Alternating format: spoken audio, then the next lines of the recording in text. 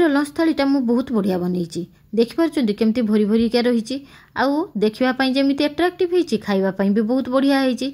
भात अच्छी डाली अच्छी कला भजा भेंडी भजा मसला भेंडी भजा ता सहित टिके घांट आउ ये मसला भेंडी भजाटा मत बहुत बढ़िया लगे आ मो माँ जमी बनाती मत बहुत टेस्टी लगे। गरम भात सहित मसला भेंडी हेले आउ किछि दरकार हुएनी से मु भाविली आज आपण सहित टिके मसला भेंडीटा बनई नहीं मु मिली आपण समस्त को स्वागत जनाऊँगी मो किचेन ने। आशा करुच्ची आपण मैंने समस्ते भले थे। चलतु देखि नबा ये मसला भेंडीर रेसिपीटा केमिति मु बनाऊँगी। फ्रेश भेंडी अना होइछि मार्केट रु आउ से भेंडी गुड़ा को कौन कली भलकिना धोईदेली। धोई सारा पर मुंडरू आउ पछाड़ू दीपट साइड रे भलकिना काटिदे मझीटा भी टिके फाड़ करनेली। देखुचंती पोक नाई मुझे भलकिना चेक करनेली भेंडी भितर भी तो बहुत पोक थाए आ सेइथिपई भलकिना देखिनेली जे गुटे भी भेंडी खराब पड़िनी। भेंडी तो काटिकी धोईकी रखिदेली। एबे कौन कली किछि सोरिष नहीं गली गोटे चामच सोरिष नहीं आ ता सहित पोस्त भी नहीं गली गोटे चामच आ रसुण कंचा लंका एगुड़ा को भल किना शिलर बाटिदेली। बाटिकी गोटे सुंदर पेस्ट बने नहीं सोरिष पेस्ट रखिदेली। एबे मसलाटा रेडी करी नहीं गोटे कोढ़ा नहीं जिबा कोढ़ाटा को गरम करी सेटारे 2 चामच तेल दे दबा। बेसी तेल देबेनी 1.5 ରୁ 2 चामच तेल देले होई जिबो।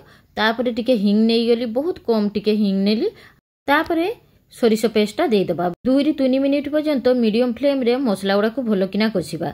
देखिए जो सोरिषर टिके पानी मरीज से लुण हल्दी धनिया गुंड जीरा गुंड आउ लंका गुंड दे भलकिना कषि नबा। आठु तो मसला किछि बेसी थाइनी एतिकी मसला दे आपण माने एई सोरिष पेस्टा को भलकिना कषि नेबे। मीडियम फ्लेम दे मसला को भलकिना कषिबे।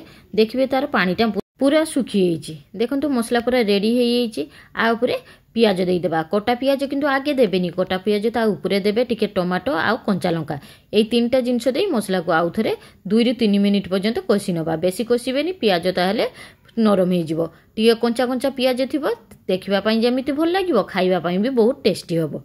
मसला तो पूरा रेडी होइछि। एबे भेंडी भितरे मसला गुडा को पुरेई दबा। भेंडी गुडा को नेई गली भितरे एबे फिलिंगटा भरी नबा। मसला गुड़ा को भल किना भरिबा जेमिति चापी चापी भेंडी भितरे देबे ताले मसलाटा पूरा भरिकी रहिथिबो। खाइबा पई भी बहुत बढ़िया लागिबो जेहेतु टमाटो पियाज सब दिया हेइची आउ मसलाटा बहुत सुंदर भी देखा जाउची। लुण हल्दी लंकार मापटा पूरा ठीक अछि सेति पई भेंडीटा देखो कि सुंदर देखा होउची। मसला गुड़ा पुरी गला परे वो भेंडी भितरे मसला गुड़ा को पूरा भल किना पुरेकी रखि दबा। सब बेल तो भेंडी भजा खाई खाई बोर हेइथिली सेति पई आज टिके मसला भेंडी बनै देउची।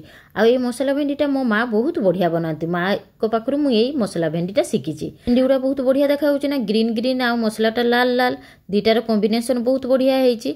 एबे भेंडी गुड़ा को भाजी नबा। फ्राई पैन नहीं से फ्राई पैन ले तेल गरम करी नेली 2 ରୁ 3 चामच तेल दे तेलटा को भलकिना गरम कर सारा पर जेते सब भेंडी अच्छी ताकू टिके देदेली। आउ अल्प टिके सामान्य मात्रा रे लुण देली। मसला तो लुण अच्छी किंतु भेंडी पाई तो लुण दिया हैनी अनुसार टिके लुण देदेली। एबे देखंतु भेंडी गुड़ा को उल्टी दबा।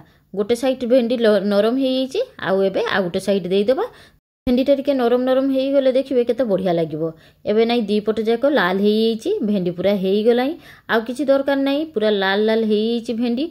एबे तो गरम गरम भात सहित ए भेंडी भजा नहीं जिबा आउ खाइबा पई बसी जिबा। मान सहित कथा कही कही मु भेंडी भजाटा करिनेली। आ भेंडी भजा सहित आउ कोन कोन आइटम बनैछि आपण मान सहित टिके शेयर करिनिए। डाली करिछि भेंडी भजा कला भजा आ गोटे घांट करथिली नड़िया कुरा आ बुट दे गोटे बहुत सुंदर घांट करथिली। थालीटा पूरा सजै देछि आ हजबैंड आसीबार टाइम हे गलाय तांकु ताहले थालीटा देई देबी। देखंतु तो मोर थालीटा केमिति हेछि। जदि आपण मानको ए थालीटा भलो लागिथिबो ताले गोटे लाइक कमेंट शेयर तो निहाती करिवे आ मो चैनल को सब्सक्राइब करबा को भूलंतु नाही। आशा करूछि आपण माने समस्त भलो रे थिबे। जय जगन्नाथ नमस्कार।